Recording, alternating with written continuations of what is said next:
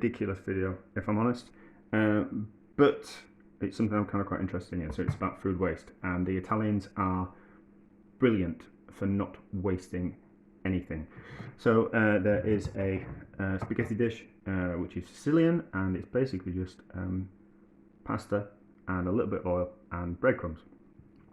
And where they get the breadcrumbs from this dish is when they are slicing bread. So as we have, I've got this bread's going to go in the freezer. So what I'm going to do is I'm going to freeze it like this, and then I can just pull out a couple of slices as and when I need them, and they'll even toast from frozen or fry from frozen. So what I do is I'll just carve it up like this, and then we'll save all the breadcrumbs and we'll make a pasta dish. So they class breadcrumbs as a poor man's Parmesan Reggiano, because when they were really poor in Italy, this is what they'd use instead, so they wouldn't waste a thing. So where are we? And they'd even sometimes save the breadcrumbs and put them back into the next loaf of bread. There actually is something similar in Yorkshire, where I'm from, which is called a fat rascal, which is a scone made up of the leftover cakes and scones from the day before. They then take the stale scones, not puree it down, but turn it back into a breadcrumb, and then make a fat rascal scone out of that. So it's kind of one of those things everywhere in the world that we take the waste, and instead of throwing it away, we keep it and we turn it into something else. So these are the ridiculous breadcrumbs that we're going to save, and we're going to make a pasta dish with those, as we're going to fry them in oil, and we're going to cook the pasta, and then we're going to toss the pasta in oil and the breadcrumbs, and that's going to be the dish. So we're going to save those breadcrumbs, which seems absolutely ridiculous, but it's Sicilian and it's delicious, like most Italian food. So there we go. We'll be saving those, and we'll be saving it from the rest of the bread as we cut it up and all that kind of stuff. Keep it in a jar, and next time we see it, we'll be turning it into a dish, which is, although no, it's not. I was going to say it's ridiculous these days, but it's ridiculous the amount of food that we throw away. So it's not ridiculous to do something like this. It's actually very economical, and you are saving the planet, if I'm honest, by doing things like this, which seems a ridiculous thing to say, that we even have to go to this kind of lengths, but you do. It's food waste is terrible, and we're going to turn it into something, and we're going to get some flavour out of it, and that's brilliant, isn't it? You know, that we're not going to waste absolutely anything. We're not going to put any food in the bin unless it goes off. We'll put it in the bin a little bit past its best. You know, we can always use things unless things are off and rancid and covered in maggots and mold and things. Then we can throw them away. But something like that we're going to use, and we're going to turn into something else. So proper frugal food. I will add that obviously this is my own homemade sourdough, so it's not your average bread. You can't really do this with, you can, but it doesn't really taste of anything. But like cheap supermarket sliced bread, there's no flavour to it. However, there is loads of flavour in sourdough, certainly ones that you make yourself anyway. So yeah, so it's not as if it's rubbish bread. And also, yeah, I worked really hard to make that bread and to keep my starter alive. So why would I throw my hard work away when I can use it, make it something delicious? I'm justifying myself. You know, I don't need to justify myself. Ooh, pasta with breadcrumbs. Ish. So we've got 200 grams of dried pasta, and we're going to put that in some water. It's actually the vegetable stock that I made the other day, but water's fine. I've got the stock, so I'm going to use it. It'll just give an extra bit of flavour to the pasta. And then we've got 50 grams of the dried breadcrumbs, we've got some olive oil, and we've got some anchovies. Basically what you do, the proper version, is you cook the pasta, melt the anchovies with some garlic. I haven't got any garlic, but a couple of cloves of garlic, and then you with some olive oil, and then you toss the al dente pasta into the anchovy and garlic oil, and then sprinkle in the breadcrumbs. The breadcrumbs are dried so you kind of need to toast them first. They can't go. It's the texture of the breadcrumbs that you want. You don't want wet breadcrumbs. You want dried breadcrumbs. So, but I'm going to do a slightly different version, which is I'm going to cook the pasta for half the amount of time. So it's supposed to cook for 10 minutes. I'm going to cook it for 5 minutes, which I should have put the timer on. So it's going to cook 5 minutes, so it'll be really al dente, and there should be more water in than that. So we might have a bit of problem with frothing, but we'll cope with that when we get there. And then, so we don't want to use the oil from the anchovies because there's just too much of it and it's a little bit too intense. So I reckon, I need a heat under that. So I reckon, you're supposed to wash them, but I want the actual salt from the anchovies, but not too much, which has been the oil. So I reckon 3 anchovies for 200 grams, and we'll heat them, and then what that will do is that will they'll disintegrate into the oil. So what's that? There is yeah, that pasta one definitely wants some more water in it, but it's not going to get any. It's about a third of a tin of anchovies. So how many grams is that tin of anchovies? I've got so it's a 50 gram tin of anchovies, and it's 30 grams after draining. So we're talking like 15 grams. So that would do 3 times. That would, if you were doing the recipe, 600 grams of of pasta. That 1 tin would be enough, but we're doing a third of that, so about 15 grams. That's the oil weight, and 10 grams worth of the drained weight of the anchovies. So the anchovies melt quite quickly and start to stick everywhere.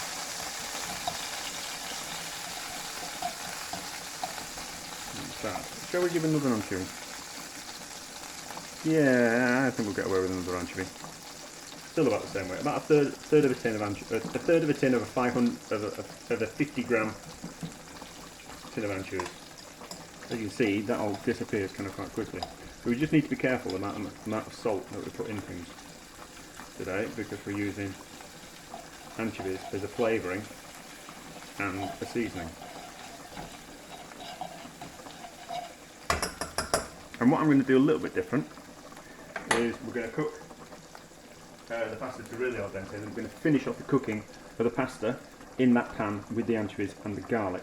So, and a little bit of the pasta water, so it'll form a little bit of sauce. So it's not particularly authentic Sicilian, but what's authentic? It's not even authentic. It can't even be authentic because I'm not Sicilian. You know, it's my interpretation of a dish. Oh, that's alright. So, that's not enough water for pasta, by the way.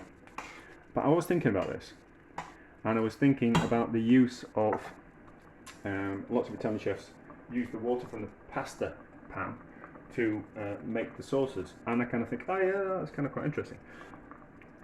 But from a domestic point of view,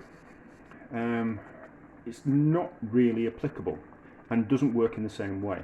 So if you imagine that in an Italian restaurant they have a pan which they cook the pasta in on the back of the stove, and that pan will be on the stove for 3-4 hours, and it will have a lot of pasta cooked in it, and all that starch from that 4 hours worth of cooking, that pasta, will be in the water from the pasta. So there'll be a lot more starch in the pasta water from the Italian restaurant than you will ever be able to get at home. So it's a very Italian thing to do in restaurants, but not really you can't replicate it at home, because there's no way that water is ever going to have the same amount of starch in it as the pasta water in an Italian restaurant. Anyway, just a thought. Anyway, so the pasta is ready. We hope. Now, that was just a thought that I had while I was out walking, and I think it's a case of those chefs sometimes forget that what they do in kitchens is completely different to what you can do at home, and lots of things don't work when you try them at home because of things like that. You don't have the quality of stocks. The pasta water is absolutely saturated with starch, so that can go off, that can go up. So we'll take some of that water. What that's going to do is it's going to carry on cooking the pasta in the steam, and it's going to make a little bit of emulsion with the pasta. So as you'll be able to see at the bottom of the pan, that the pasta water and the oil and the anchovies are combined, and that's going to cook the pasta, and that is going to completely cook into the pasta.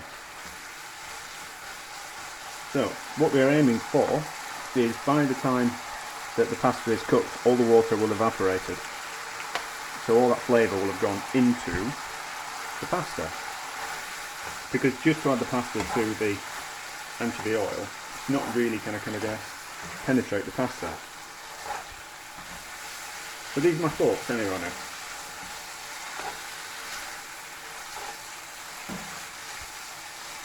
I think we'll add a bit of pepper now.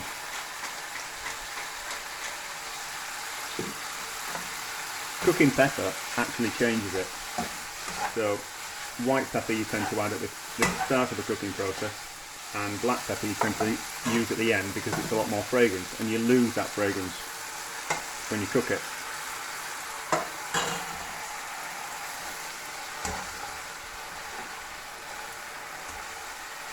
Is that interesting? I don't know. I found it interesting when I found out.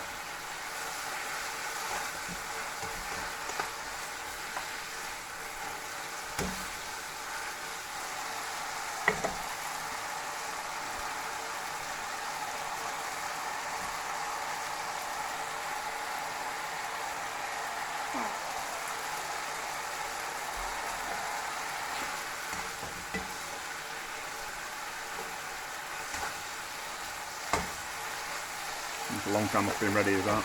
So we'll add some more water.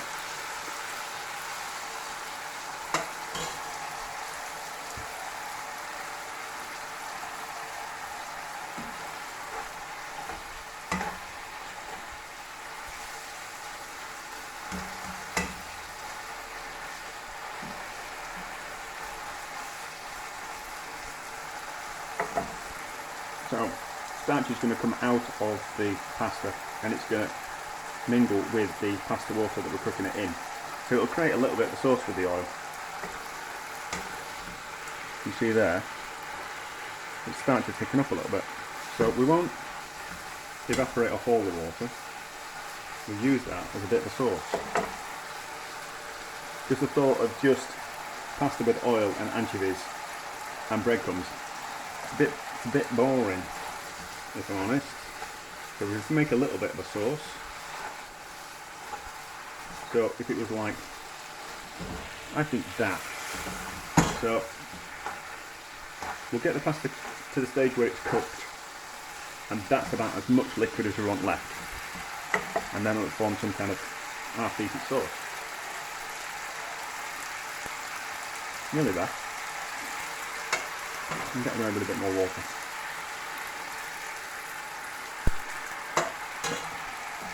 That's the bit there. So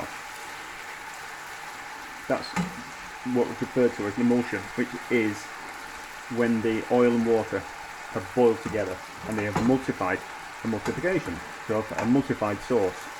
So if you're ever watching these programs on TV and they're talking about emulsified sauces, that's what they are. So I reckon by the time that water's evaporated, the pasta will be cooked, and we can have the breadcrumbs and we can toss it all together and we can put it in a bowl, and away we go. Anchovies are something you should be keeping in your cupboard as one of those staple foods. Well, not a staple food, but a good way of adding flavour to things. It's fishy, but when you cook it, it takes on a different kind of flavour and you don't really kind of notice it. So I reckon that pasta's cooked. that pasta's cooked. So turn off. Now we'll carry on cooking, and we're left with that kind of liquid. So it's thickened up and formed a little bit of a sauce. So then 50 grams of dried breadcrumbs in. It's good quality bread. It's not like cheap Mighty White sliced stuff. It is the breadcrumbs from my sourdough bread. So it's nice. It's not going to work with cheap bread, this. So toss all that together. That's going to soak that sauce and all those flavours as well. And there we go.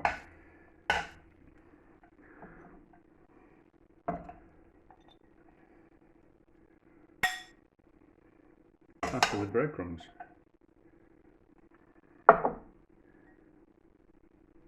Extremely. I mean, I can't pronounce it. Cucina Povera. I've said that wrong. I always do. I'm rubbish. I'm even rubbish in my own language.